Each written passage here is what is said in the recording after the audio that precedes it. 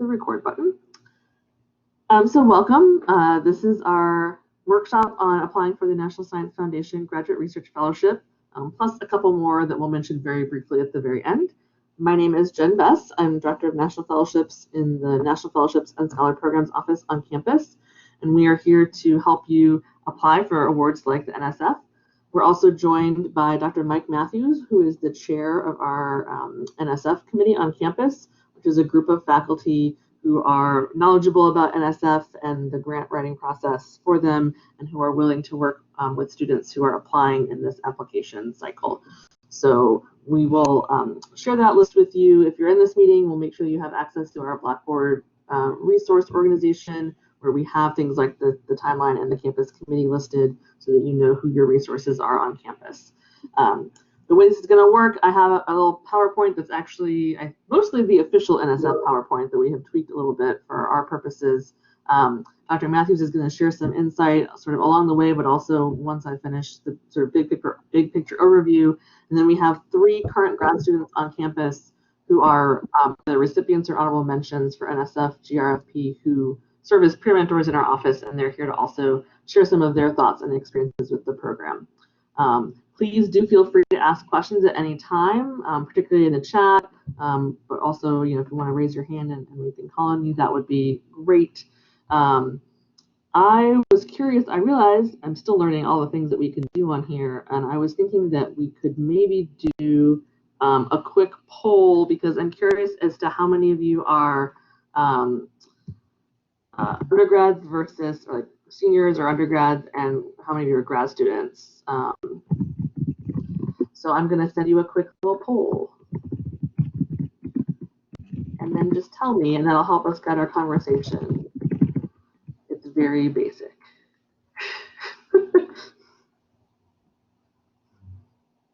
All right. And if you're not a senior, it's okay. If you're here even earlier to get information, that's fantastic. So, all right, so actually a fairly even split, a little more undergrad than grad, but that's helpful, because a lot of what we're going to talk about actually in many ways is eligibility for NSF. So let me go ahead and move on to the next slide, if I can remember how to do that. Maybe. There we go. So the National Science Foundation, if you are not familiar with the website for it, this is your go-to website, the nsfgrfp.org. That is the nice, friendly, welcoming, easy-to-read website. It's got great information for you. It has great resources for your recommenders, and so that's all kind of a nice, simple place to find information.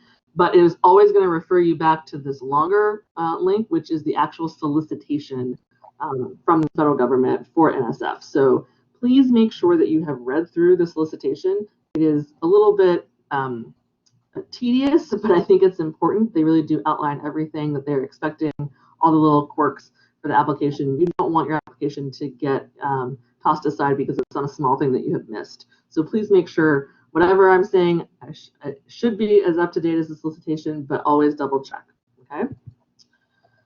We always like to remind you about why you might want to consider applying for a national fellowship, but especially something like the NSF, right? That the whole process itself is beneficial to you, and I think our peer mentors might talk about this a little bit as well.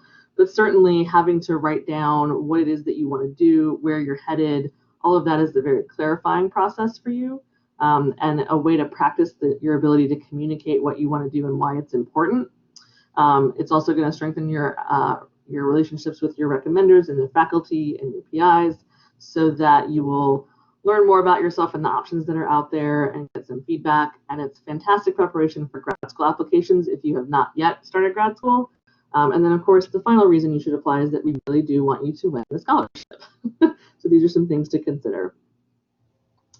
A little background about NSF. It was founded in 1950 to promote the progress of science, but also to advance national health, prosperity, and welfare, and to secure the national defense. So there are reasons behind some of the emphases that they have in the programs that they will sponsor.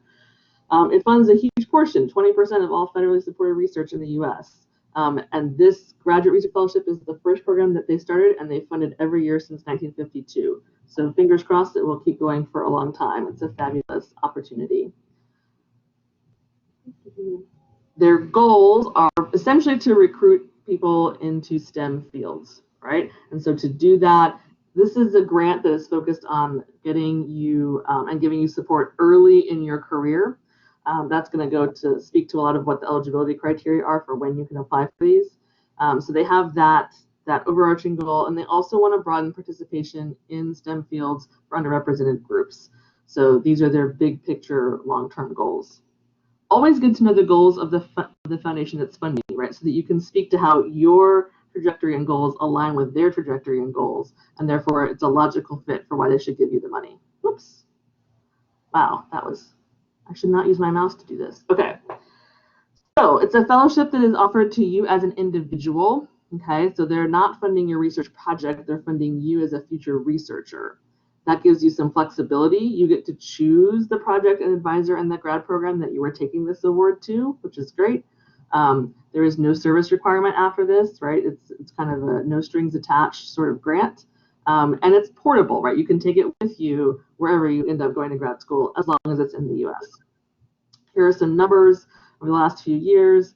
The current solicitation says that they hope to give out 1,600 awards, which is a little fewer than the 2,000 they've been averaging, but it varies every year how many they ultimately give. And the success rate is about 15 or 16%. So it is competitive, but we have students every year from USC who win the NSF. So those are some useful numbers to look at. What it actually offers you, so it's it's 3 years of funding over a 5-year period. You get to choose which 3 years. So it's an annual stipend of $34,000 plus a $12,000 educational allowance that goes directly to your institution, and they expect the institution to make up the difference. And then there's a few other opportunities of programs that exist if you receive the GRFP. So they have an internship program. They have some additional support for students with individuals with disabilities, family, and then supercomputer access. I'm not even sure what XSEDE is, but apparently it's a cool thing that you would get access to. Eligibility, so essential eligibility, right? So you have to be a US citizen, national, or permanent resident, because this is federal funding. They want you to be in your early career, and that's defined by either a graduating senior who's anticipating entering into grad school in the fall, someone who has recently graduated and plans to start grad school in the fall of 2021, or a current first-year grad student for whom this is their first semester, or a second-year grad student who has not yet completed a full 12 months of graduate study. So that's the time range that we're looking at. Okay. You do need to be studying in a STEM field. They do have a variety of social science fields that they cover as well. They also have some STEM education fields. You have to be enrolled full-time in a graduate program in the fall once you receive your award, and they do not allow you to use the award at foreign institutions. Important to know what they will not fund. So they are not looking to fund professional degree programs or joint programs. They're also really picky about things that involve medical or health-related things, so no community, global, or public health programs. They don't do counseling or social work. The only education they'll do is STEM education and history, only in the case of history of science. There's a lot more detail to this in the solicitation, but this is the big picture. So make sure that you're, in general, if you're doing an MS or a PhD program in a STEM or social science field, you're probably good. But always check and make sure that you're not on the list of unfunded programs. Eligible field of studies. So these are the broad categories, but on the NSF website, you'll find that this gets broken down into a lot of different subcategories. So again, you're going to want to investigate and make sure what your field of study is represented within these. But it's very broad. Lots of different options there. Ineligible fields of study, again, important to know. Anything with health-related goals, right? NSF is the National Science Foundation. They're really curious about your research and work in the science of things, not necessarily in the health-related goals. That doesn't mean that there can't be a health-related outcome to what you're doing, but it gets kind of, there's some lines between what NSF will fund and what NIH will fund. So just be careful there. They really won't fund any kind of clinical research. And then the two at the bottom, no plant pathology or impacts on food safety. So interesting to note that they highlight those as ineligible. The reason that I harp on this a little bit is because when you choose your field of study in your application, you are selecting essentially the panel that will read your application and evaluate it, okay? So you want to choose the field of study that most closely aligns with the work that you're doing and the graduate degree that you want to pursue. They do offer an other or interdisciplinary option, but you're still going to have to choose a primary field even within that. And so consider that when you're writing your application. You're not, for example, you're not writing your NSF application so that I understand it, right? If I understand every word of your application, it's too simple. You should be writing it towards faculty and advisors in your field, right? At a level that they can recognize that you understand your field and show promise in being a researcher down the road. If you are awarded the fellowship, you do have to have a degree that aligns with the discipline that you chose in your field of study. So while there's some flexibility, if you apply as a senior because you don't yet know where you're going to grad school, your grad program still needs to be in the general area that you have told NSF you want to study. Okay. Again, I know I'm zooming through this, so stop me anytime with questions. Here again is the eligibility by academic level. So as long as you're not enrolled in graduate school, you can just keep applying for NSF, okay? And they really do want students at their early career. So they love to get applications from graduating seniors and recent grads who've not started school. So that's level 1. The other ones are options for if you are in graduate school, how much time you have left, if you've already started grad school, or if you're a returning student, right? So there's some specifics there if you're a returning grad student who may already have a degree or is coming back and switching fields from previous study. So levels 2, 3, and 4, you've got one shot. So you need to decide when is the best time for you to apply, whether it's your first year or second year in that program. And Jen, could I say something? Absolutely. First of all, if there are any questions about eligibility that aren't read from the, or aren't just perfectly apparent from the solicitation, or the questions would go to you and then you would communicate with the GRFP program just to make sure. Is that correct?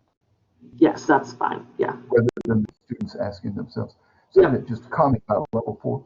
Level 4 is for people perhaps who've interrupted, got a master's, went into industry for a while, decided to come back, maybe had military service, maybe had family leave, maternity leave, something like that. You might have started graduate school, had children, had a family, had family members to care for a couple of years, and then you want to come back and finish. So their level 4 is about trying to provide access to, to everybody, even non-traditional people. So don't, so remember that in case that's applicable to you. Exactly. Okay. Nope, now I've lost my, okay. Quick version of the timeline. So all applications are due the week of October 19th. The exact date depends on which field of study you are in, but there's 4 days and 4 deadlines during that week.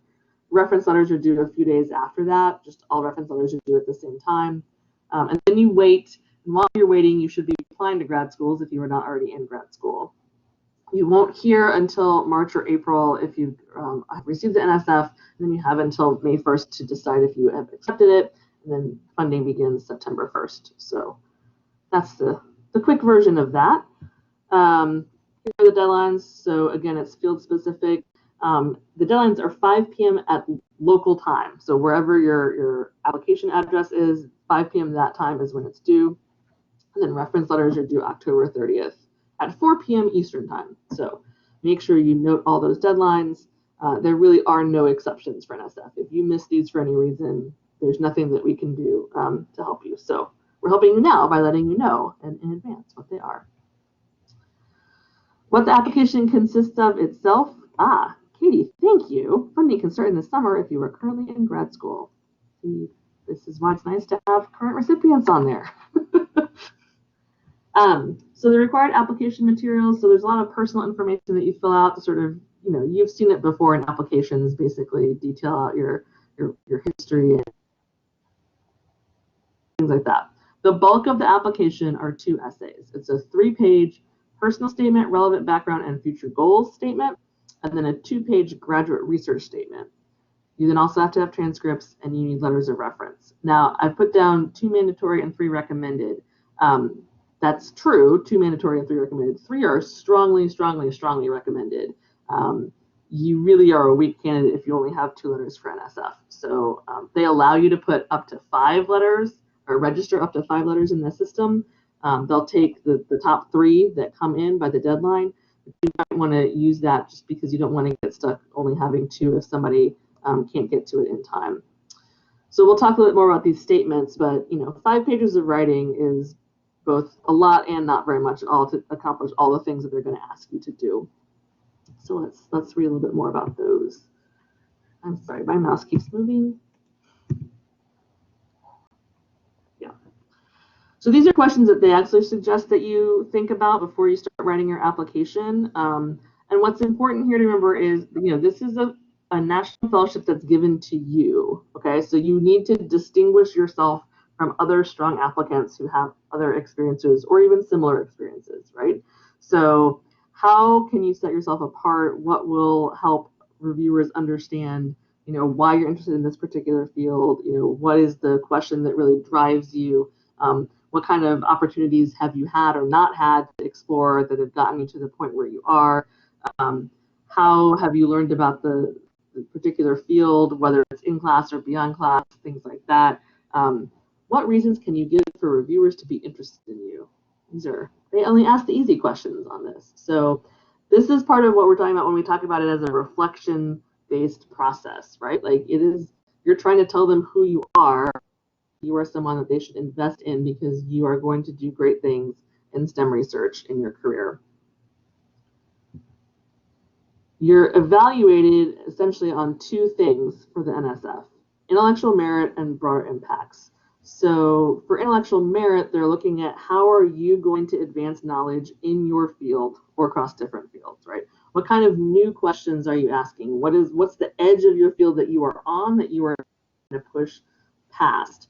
And they'll look for evidence of that throughout your entire application, right? So certainly how you've been doing in classes, what sort of classes you've been taking, what kind of research proposal you put together, have you been working with another group or on your own, all these kinds of things. So, but I will, intellectual merit is one piece of what they're looking for, but they're looking for it kind of throughout your application, okay? Dr. Matthews, do you want to say anything about the criteria? You go to wait. I can keep going. I thought I'd wait and then come back to about slide 16, and I'll start talking off of those. Sounds good. That's just how you keep going. Yeah, I'm on a roll. Broader impacts. So this is an interesting one because it's twofold, right? So it's the broader impact of you as an individual, as a scientist on society, and then also the broader impact of your research, right? So why does it matter? Why do we care that this is what you're interested in? That first part, right, the impact of you, it's important. Let me highlight here, right, these societal benefits in this list. These are the societal benefits that NSF has listed as ones that it is seeking, okay? So you don't have to be doing all of these things, but if you've got 1 or 2 of these points that you are really involved in, whether it's, with your research or outside your research, that's the kind of thing that you want to emphasize in your application to show that you are, if you are a member of an underrepresented group, right? So how have you worked to help increase participation of those groups? Have you done any outreach of mentoring? Have you gone into schools to talk about STEM? Are you helping us understand as the public how to read scientific literature, right? So how do we understand how does the public engage with STEM fields? Any of this stuff, right? This is what they're looking for, partly with broader impacts, right? So it is the broader impact of your research, right? How is this going to make the world a better place? But then how are you going to make the world a better place in alignment with what NSF is seeking to accomplish? And again, it is a holistic review of your application. So these pieces are kind of woven throughout all of the materials that you provide them. There's not, I will say, so while there's not one spot that needs to address this, they do actually ask that you have sections in your essays that are labeled intellectual merit and broader impacts where you discuss these sort of specific things. It can be a little clunky, but it's to help the reviewers understand how you are framing your application. So they're reading for all of these things throughout, but they also give you an opportunity to really crystallize in certain sections how you see your work fulfilling both of these criteria. I want to flag this for you, formatting, okay? A, because formatting is important and you want to follow the formatting, and B, they've changed the formatting stipulations this year. So one of the resources that we have for you are previous winning applications from USC. Their formatting is going to look a little different than what yours will need to look like. Sorry, I'm pausing. Ian, that's a good question. And yes, you can definitely talk about leadership activities done at USC. That would be a good topic to have, talking about your broader impact. Yep. So what has changed is it's still an 8.5 by 11 page size, but what's changed is now you have to use no smaller than 11-point Times New Roman font for everything. Okay. It used to be it was 12-point font for your text and 10-point font for your captions and things. Now it's just 11-point font throughout. That's the big change. Also note 1-inch margins on all sides means that they don't want you to have any kind of header or footer or anything. That 1-inch margin should be completely clear all the way around, okay? And then no less than single spaced. They have, I think, an automated way to check your application for all of this, and so you don't want the computer to spit back out and say, no, you didn't meet the formatting stipulations. So this seems like a small thing, but it's one of those where I just want to catch you by surprise. So just make sure you follow these when you're working on your application. So preparing competitive GRFP application. So in that personal statement, there's a lot of things you have to cover in those 3 pages. So it is talking about experiences that have led you to want to have a career in STEM. It definitely wants you to talk about your previous research experiences and give details, right? You know, what was it? What did you do? What were you in charge of? What did you learn? How did you choose that project? Where is it taking you? That kind of thing. And then moving into your future goals and career aspirations. What is it that you ultimately want to do? So how, you know, sort of write out the pathway, right? Like, how did you get interested? What have you done to show that interest? And where is that going to take you? So it is a narrative. And then again, as I mentioned, there's that clearly address the merit review criteria. You want that section on intellectual merit and broader impacts. I think a lot of candidates, the easiest way to do that is the intellectual merit category is where they tend to talk about their research experiences, because that usually most clearly demonstrates the intellectual merit of what they hope to do in the future. And then broader impacts can be a mixture of things. It could be the research. It could be, you know, if you've had leadership experience or something outside the classroom that's really motivated you to continue to do that, that can kind of go in that category.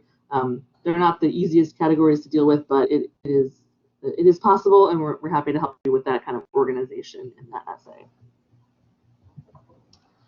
The research statement, okay, so this is a 2-page, it's essentially a research proposal, and I think most students, I mean, if you're already in grad school and you're working on your research project, it would just kind of be like the next step, right? It's moving on in your research. If you are a current undergrad and you're applying to grad school, A, you don't know where you're going to grad school, and so B, you may not be exactly sure what project you're going to do, and so we typically advise you to imagine and pitch it towards your top choice of grad program. If you got to go where you really want to go, what would that research project be that you would hope to work on? And the reason that we say that is because it can show, you know, your excitement for that program. It can show that you have a realistic sense of the resources available at that institution, right? Is that a good school choice for you in general? It also enables you to have conversations with people at that program before you start. So if you reach out and say, hey, I'm applying for NSF, I'm really hoping to come here and work in your lab. You know, I have some questions about what might be possible for a research project as I shape this essay. Most faculty are going to be happy to answer some questions like that, because everyone wants you to come to them with NSF funding, right? Like, that's not a bad thing. So in that 2-page, you know, proposal, you want to talk about what the question is, how you're going to do this research, what you hope to learn, and what the next steps are. And now, so this keep in mind, so you do, even though you're pitching your project and you've chosen your field of study so that that's the panel that's reading your application, you still want to be careful to avoid jargon and to make it too specific, right? Because, you know, if your panel is in I don't know, Dr. Matthews, you're in chemical engineering, right? Like there's just a wide range of research that's done in chemical engineering. So you may not get someone who's reading in exactly your niche of expertise. So you want it at a high scientific level, but not too specific that it can't be understood by people in that field. Then again, you want the categories that have the section labeled intellectual merit and broader impacts, right? Broader impacts for this one is probably going to be less about you personally and more about why your research matters, right? So here's that one. Yes, Ian's asking good questions, and Dr. Matthews is giving good answers. I'll let the chat keep going.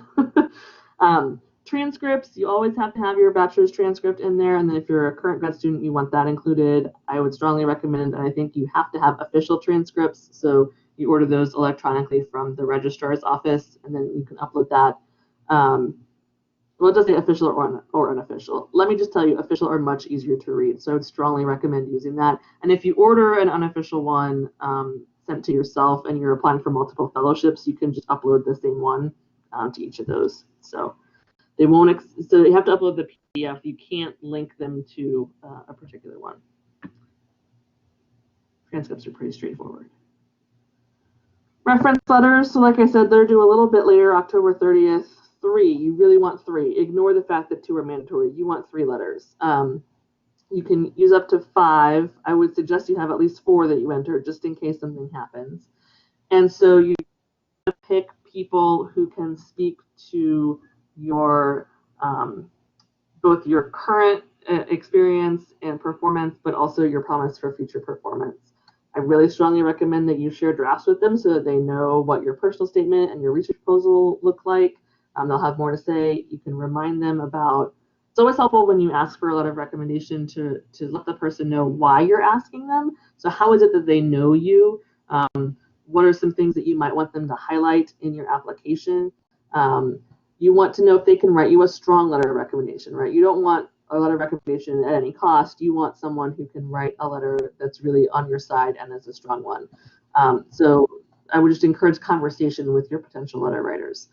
I also would say that it is not totally uncommon for us to hear students say that sometimes faculty have asked them to draft letters for them, and that's something that we will tell you you should not do.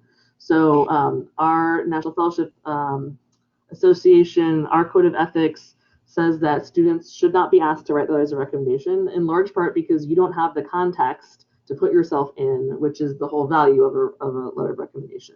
What we do advise, though, is if someone asks you to do that, you can say, oh, you can blame it on us, first of all. Absolutely blame our office and say, oh, the fellowship's office says I'm not allowed to draft a letter for you. But then you can say, but here are, the 3 or 4 things that I was hoping that you could talk about and give them some information. And again, that goes back to the conversation in terms of why you're asking them to write you a letter of recommendation. Yes. Ooh, all these good questions. Okay, let me go with Dr. Matthews' comment about, so the letter writers need to understand what the GRFP program is. I would say that this year, I think the NSF grfp.org website has a nice link of resources for letter writers that I would encourage you to share with your letter writers that gives them some information about the program and the kinds of things that they want addressed in the letter. So that's a great resource. Could a postdoc write a letter of rec for applicants? Dr. Matthews, I might ask you to answer that question. I just did. It could be, especially if that postdoc is funded by NSF, experienced with NSF, a former NSF graduate research fellow, so they could say, here's how it is, I know what it's about. But if your postdoc was just training you, if your postdoc was just there to make sure you could get data out, if all they can say is they're a real hard worker, they're the best undergraduate I've seen in the lab in 3 years, I really think they ought to get the fellowship. Frankly, that's not it. The postdoc and all your letter writers need to understand the review criteria, intellectual merit and broader impact, and put you and your work in that context. Yeah. And then Jody's question. So I'll just say something else. Your pastor or your priest, your favorite high school teacher, your supervisor if you worked in retail or a restaurant or something not in your field. no doubt they love you and they think greatly of your character, but they will not be able to write a letter with the right sense of understanding of what NSF is looking for. So those would not be good letter writers.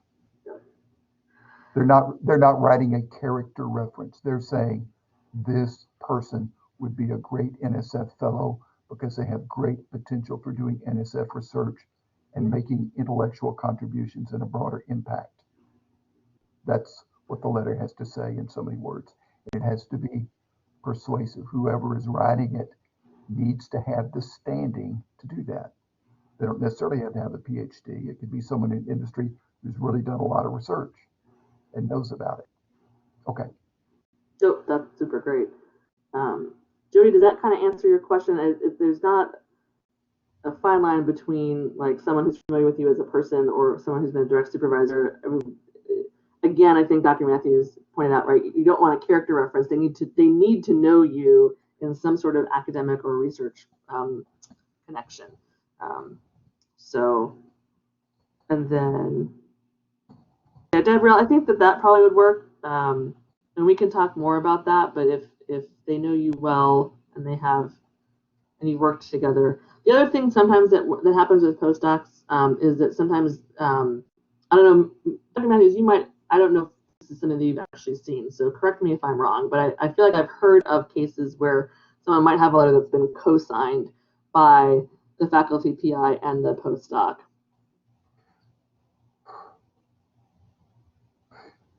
You know, I don't know about a co-signed letter. I think they want one reference. What you could do, you know, this is why your reference letters kind of need to see your personal statement and your past experience. I mean, your personal statement might say you worked on the supervision of a postdoc.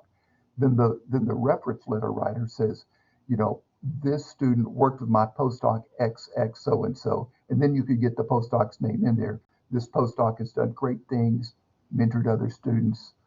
And that way there's nothing wrong with dropping another name in there that reinforces what you say.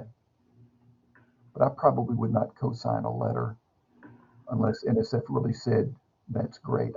As a reviewer, I would find it a little confusing. I wonder who really wrote the letter. Helpful, so no cosigns. Okay.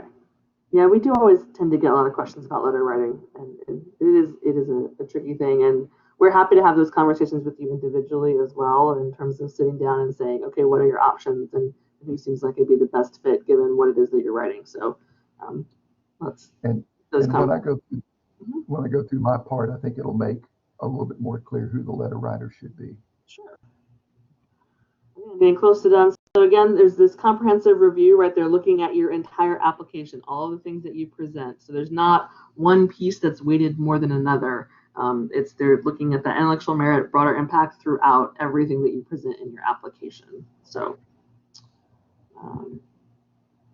this is general advice from NSF itself. They really want you to start early. They really want you to read the current solicitation, as we said. Make sure that you keep those merit review criteria in the forefront of your mind. One thing that we're happy to help with is describing your honors and experiences and things clearly, right? Because a lot of times you just assume, you know, if it's a campus related thing, everyone here knows what that is, and not people at NSF are not going to know what that is. So we can help you frame that and give some detail into those pieces. I like that your statement should be interesting and clear, right? There's no one style that they have to be. I've seen a really wide range of types of essays, but the one thing that they all have in common is that they're all interesting and they're all clear. So we're happy to help and give you feedback on that. Again, share your materials with your letter writers so they know what you're talking about and what you are trying to do. Select, contact, and confirm your letter writers. Yeah, keep on top of them. And then make sure you check your application status on GRFP. You can see when letters come in and things like that. And then the final one is don't forget to hit submit. Just because everything's in the system, if you don't hit submit, it's not going to go through. No, so there's no CV component of this in terms of an extra file that gets uploaded. A lot of that material is incorporated into some of the questions that they ask early in the application where you would fill out activities, publications, honors, things like that. So, good question. Yes, we're recording this, so we're going to share this with everybody. I think. And then, so our next steps are, I think I'm gonna, well, okay, our next to us, make sure you know the website. We have a thing called an intent to apply form that lets us know you're planning to apply this fall. So I'll send that out as part of the follow-up to this workshop as well. But most importantly, start working on your application if you haven't already. And we really, really, really encourage you to have multiple drafts reviewed, whether it's by us, your faculty members, your letter writers. You know, the more eyes you have on this and the more refining you can do, the stronger your application will be. We do have fellowship peer mentors for NSF. They're on this call, and we'll talk with them shortly. Dr. Matthews and our other faculty advisors are also available for you. And then just make sure that you hit submit by that national deadline. I will finish on this slide, which is just, again, the list of GRFP resources from their website and their contact information. You can ask them questions and things like that. So I'm going to stop. Dr. Matthews, I'm going to turn it over to you. Or we can with the peer mentors. And then at the very end, Mike, yes. Hey, so I was one of the people that received an honorable mention, both as a senior undergrad and a first-year grad student. One of the things I wanted to mention is that NSF sort of caused a bit of a stir this year. As it was mentioned earlier in the presentation, NSF funds the research, funds the person, not the research. But they have made a small change in their solicitation, and while they will support any of the research areas besides the ones that she explicitly mentioned they won't fund, they have said they are explicitly looking for research related to artificial intelligence, quantum information science, and computationally intensive research. So that doesn't mean that they won't fund anything outside of that, but they are explicitly looking for research in those areas. I've been reading stuff online that some people may be sort of disheartened by that. So there may actually be less applicants this year because of that. So you may actually have a better chance of getting it just because there's some level of uncertainty this year in regards to how it's going to play out in the selection process. Always take advantage of uncertainty. Thank you for bringing that up, Michael. Yeah, I remember seeing that. It came through one of our fellowship advising listservs. And my understanding is, with some clarification from NSF, is that those are preferences. Like if you're in one of those fields, now is absolutely a fantastic time to apply for the GRFP. If you're not in one of those fields, it's still perfectly acceptable and encouraged for you to apply, because they are still going to fund a wide range of programs. It's just those are the ones that they have selected this year to mention. So thank you though for bringing that up. And this is why the solicitation is an important one to go through and read through. So and then Jen, could we go back to your slide 16, required application materials, and I'll just start talking from there. Mike, thanks for that. I had not seen that thing, so let me say this. I think this is probably another reason why you might want to look at your top schools and talk with prospective advisors or graduate administrators or something like that and ask themselves, say, were you aware of this NSF thing? If I come to your school, is there any way to be involved in AI, big data, data science? So you can use your graduate research fellowship at your undergraduate institution if you wanted to. The University of South Carolina has started an Artificial Intelligence Institute. We're looking for faculty. We have people doing big data, and possibly by understanding, what I'm trying to say is understand the landscape of the institution you're going to, the broader landscape, not just the one person you think you're going to be working for. And you can probably work that into either to your research statement or to your personal statement in an important way.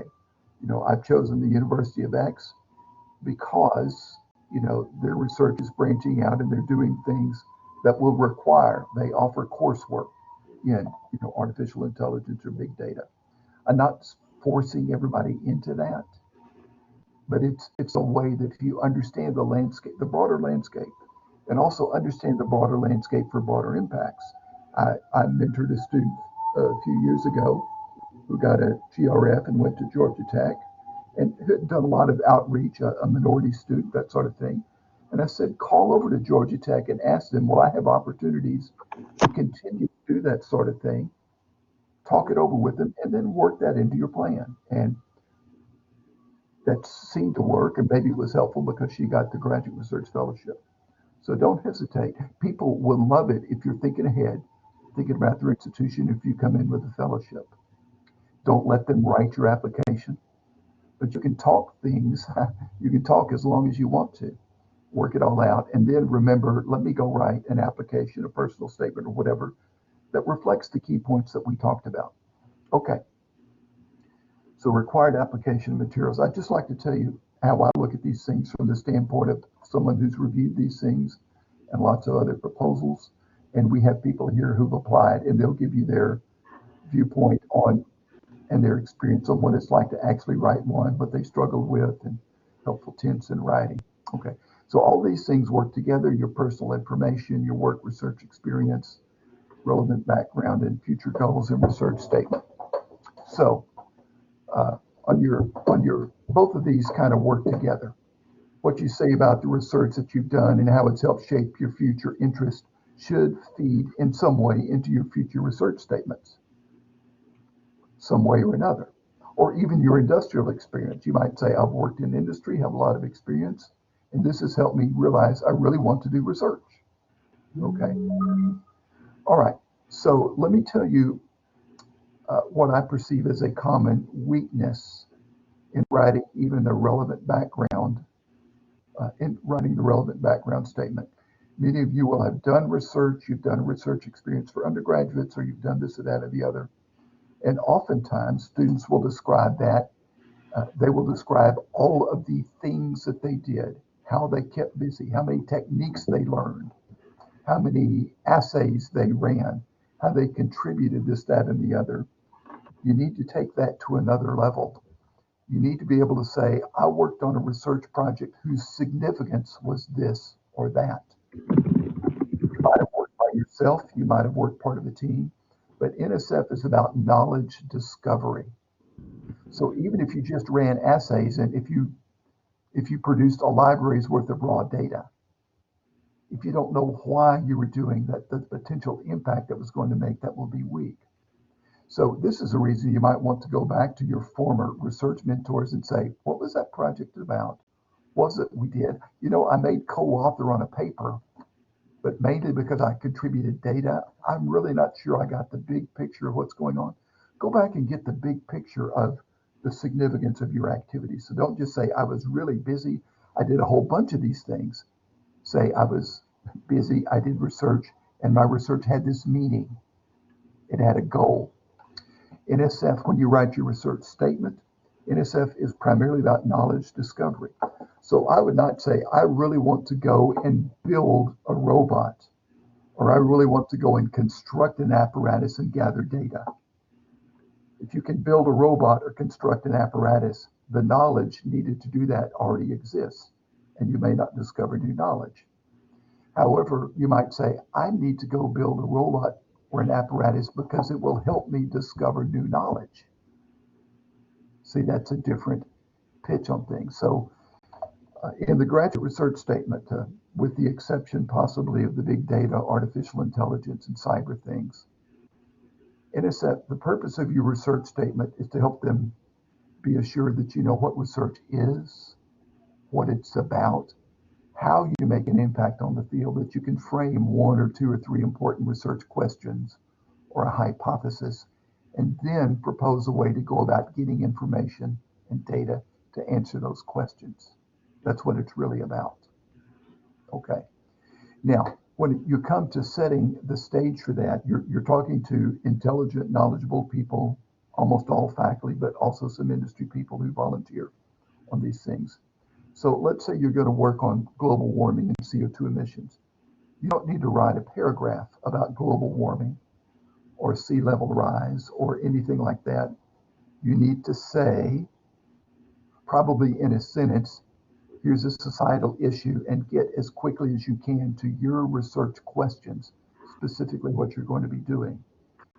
You don't need to write a paragraph on loss of habitat or biodiversity or those environmental sorts of things, because we will get it. We'll know immediately sort of what the broad impact is, You need to get to your specific field or your specific subfield and say, here is an important issue, an important question, an important hypothesis we want to test, and narrow down as quickly as possible.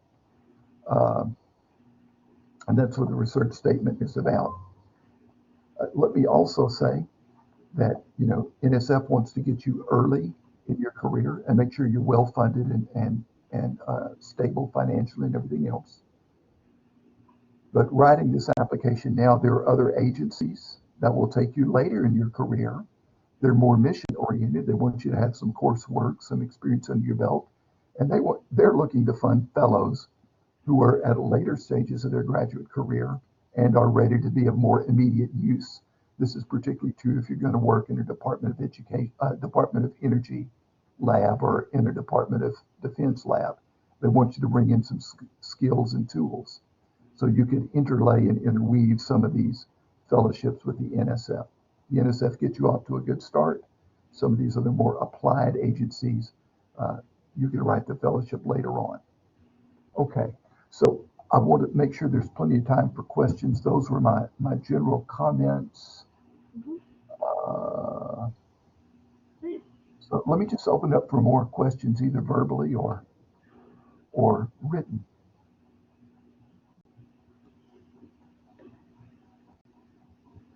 Letter writers. Okay, so let me say that again. Your letter writers need to be able to say, John, Mary, Kareem, whoever it was, made this sort of a contribution. Probably your former research advisors appreciate more what you did, more the big picture of what you did than you did. So make sure you talk with them a little bit. What was that project? What did it mean? Make sure your letters and the references say this was my contribution, not just this was my effort, but my contribution meant something intellectually. And if you're in a team, particularly, my contribution to the overall paper was this. It's very helpful on your resume if you published one or more papers. That's very impressive to reviewers, or made presentations, but say, this was my contribution, and I understand my contribution in the bigger picture. And then want your letter writers to be able to reinforce that, not word for word, not verbatim, because these need to be independent documents.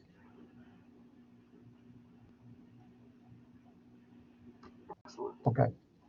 Someone was about to say something? No. Anyone have questions? I might see if our peer mentors have anything that they want to, in addition to add. We have Luke and Katie and Michael are on this. So what do y'all go for it, Katie? I just had to raise my hand. I didn't know if that was if I want to jump in, but yeah, I was taking a couple notes as you guys are talking. I think you did a great job of giving them all the tools they need.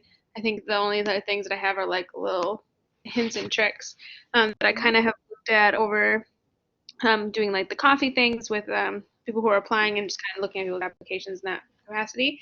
That when you highlight the broader implications and intellectual merit in both of the statements that you're going to write, you really need to highlight them not with just headers, but do bolding, like put them in a little, like space is precious, of course, but if you can kind of segment them out, if you can afford that space, but also using the utilization of bold and italicize and underlining throughout. So if you have won an award, or if you have gotten a travel grant or a Magellan or something like that, bold that, because I noticed that a lot of the reviewers commented when I got the reviews back. They put the things that I had in bold and underlined and highlighted things that were easy to pick up. So they're like, oh, this is her great knowledge. This is an award she won. And they kind of just like use those to kind of do the bullet points when they're writing up the review. So I think that's a good tool to use as well. And I'm not sure if you ended up clarifying this. I don't know if I missed it. I'm sorry if I'm being repetitive. But with the letter writers, you can choose 5, or you ask 5 and then choose 3, but you actually rank them in the system. I think, did you guys mention the ranking thing? Because, like, for instance, I had someone who I really wanted to write a letter, but they sometimes have a slow response time, and I was a little nervous about them getting on the deadline, even though they'd write a really great letter. So I ended up putting them as number 3. Like I ranked them 1, 2, and 3, but then I put the 4th as kind of a backup. So you can, so hopefully that guy who ended up getting the letter of recommendation in, but he was the 3rd one. So you can also rank them and kind of be strategic on how you do that as well. And I believe the way the system works is all 5 letters would go in, and then the system would pull in the letters in your rank order. 4th So letter. if number 3 misses the deadline, the system will pull up number 4. So that's why you want 5. Yes. So yeah, and also as a student, I kind of be nervous about that 4th letter writer who maybe doesn't get chosen, or the 5th. You know, they're not gonna necessarily know, but so it's kind of nice to have a backup.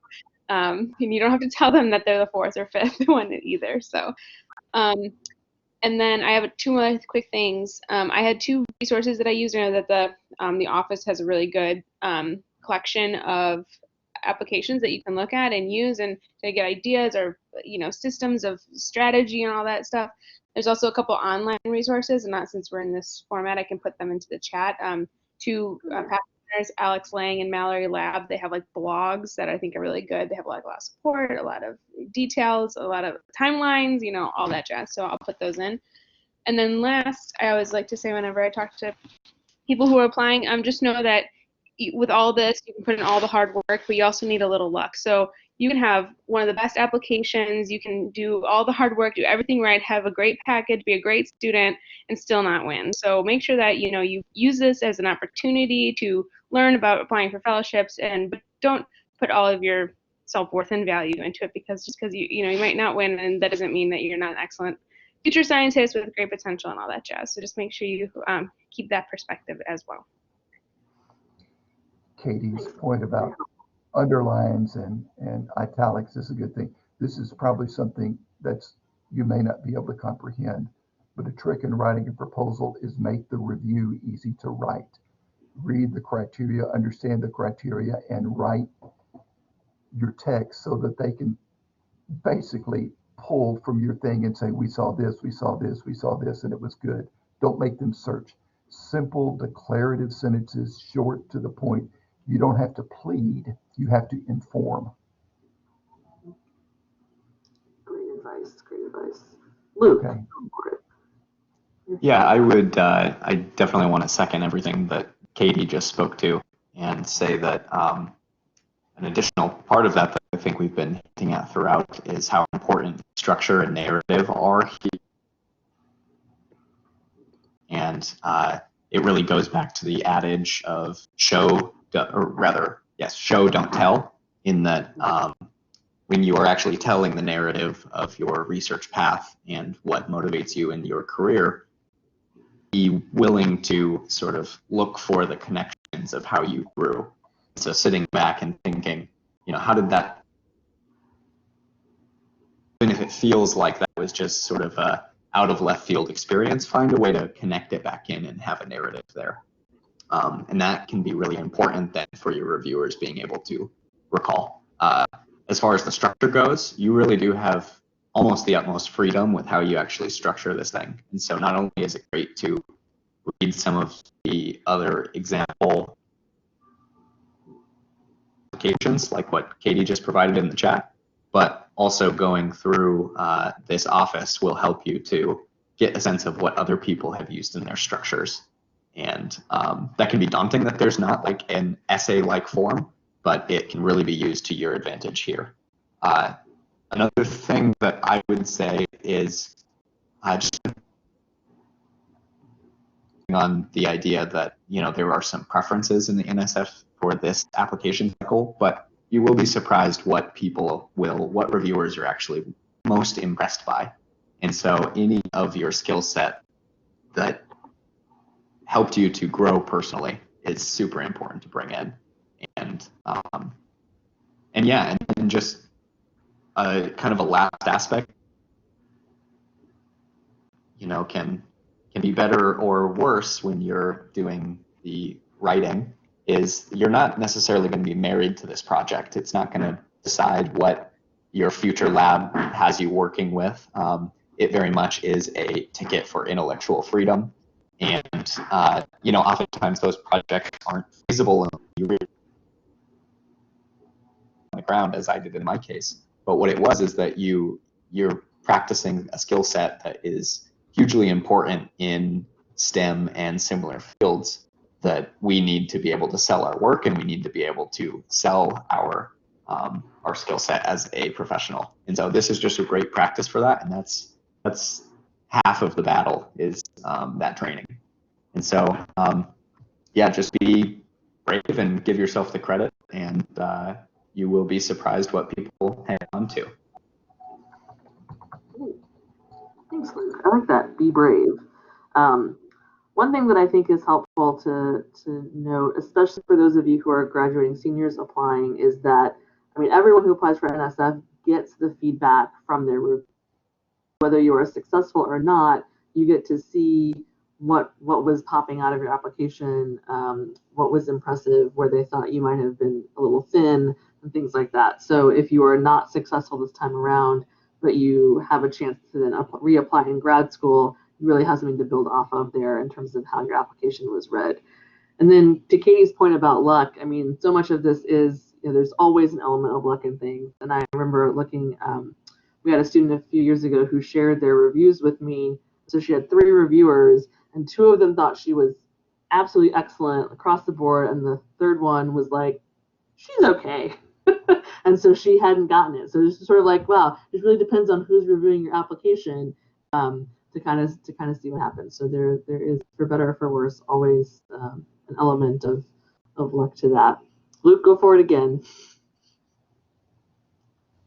Did you raise your hand again, Luke, or is it just telling me? No, sorry, I didn't realize it holds it down. Michael, go ahead. Yeah, I just wanted to reiterate what she said. So I had applied as an undergrad and as a grad student, and I had, in my undergrad evaluations, I think it was have more broader impact and less intellectual merit as far as the way I focused it. So I actually did the opposite and retailored it based on what they said. And then when I got my reviews back for grad school, they actually said the opposite thing, is that I had balanced it the other way. So it really does depend on who you get as a reviewer, just based on their personality and mood, how you specifically need to balance things.